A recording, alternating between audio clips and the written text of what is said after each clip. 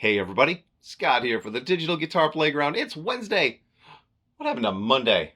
Well, let me tell you, I'm just going to have to face the facts that 2 videos a week is all I'm willing to put in the time for at the moment because I'm getting back into recording.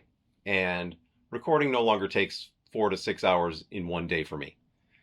I spend a lot more time thinking about it, editing myself and what I've recording tons of tracks and then pulling back and blah, blah, blah. I know more about the mixing process, so the whole thing takes longer. And today, it is utilizing an old piece of digital guitar gear, the oldest one that I've ever had. Not this particular one. I had one exactly like it that I bought in 1987.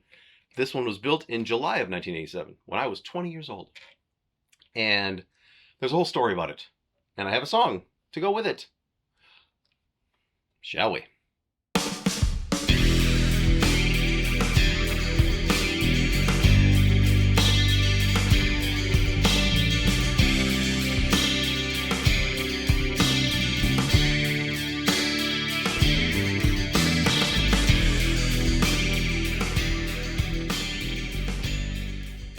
So, back in 1987, I was playing in a band called Mad City back in Madison, Wisconsin. And we rehearsed in these self-storage units that were outside, you know, those big aluminum ones you see off the highway. And a bunch of bands rehearsed in this particular complex. Our band and a bunch of high school kids from another school. Well, we weren't in school.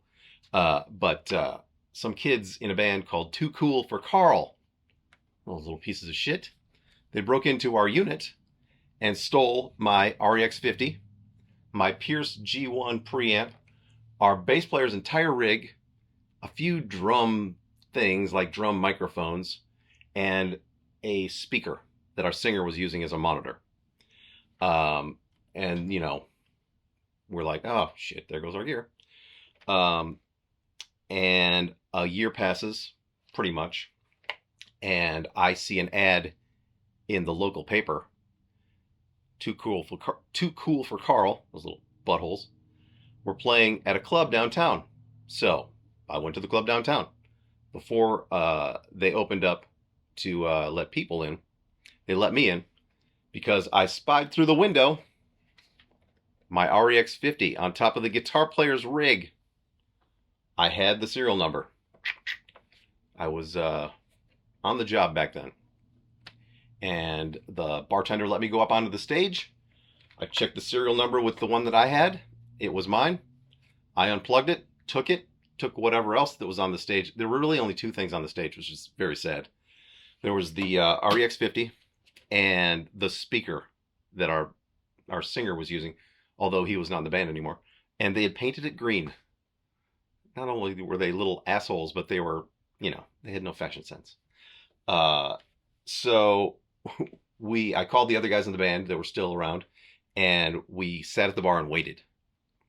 And the band came in, walked up on stage, noticed some of their stuff was missing. All had a little huddle over in the corner. Didn't say a thing to the bartender. Here's the thing. If I was not guilty and someone had taken some of my shit, I would have hightailed it to the bar and said, what the fuck happened to my shit? But these kids didn't do anything. They just went about their business and tried to play their set without some of the stuff. Long story short, the police didn't do shit.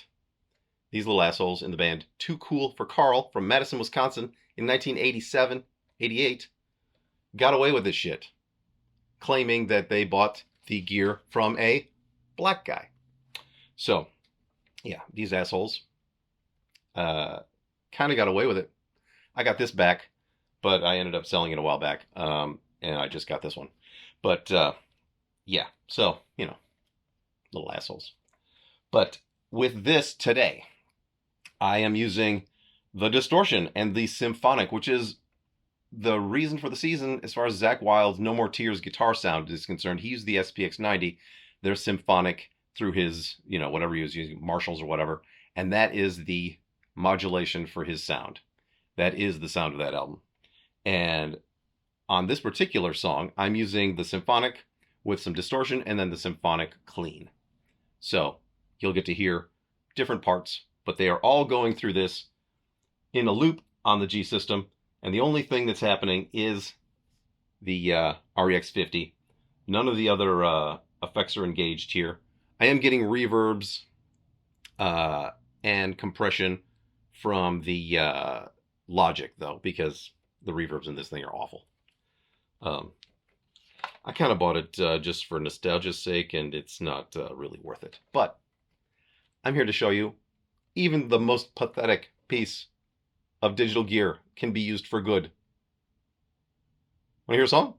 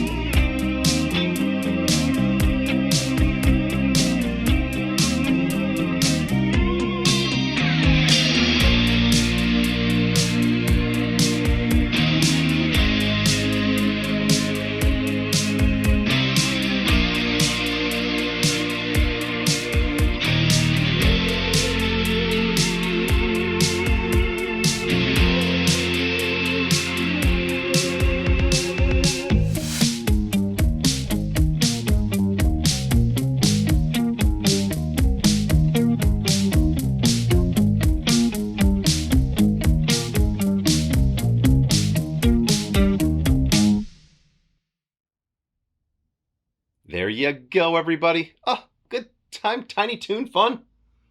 Oh, the REX50, a piece of digital guitar history. Important for me. Kind of a footnote because the SPX90 still sounds great.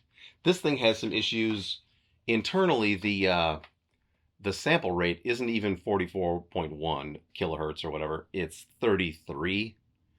So there is a layer of distortion that comes out no matter what you do, and it just does not sound clean ever. So during the recording, you've got to be on the job. Well, I was on the job at snipping right before all the takes and then right after all the takes. So there's a lot of Frankenstein bits that I had to chop off to make it sound good. I think it sounds pretty decent. And, you know, the 80s drums, you know, why not? Let's make it the most 80s thing ever. Good times. But those kids in Too Cool for Carl can go fuck themselves. If anybody knows them back in Madison, Wisconsin. Why don't you kick one of them in the nuts for me? Or all. Because we never got the chance because they were still in high school at the time.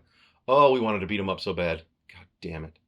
But the cop that was on our case, who didn't do shit, warned us that we better not. Otherwise, we'd be in trouble. I was like, oh.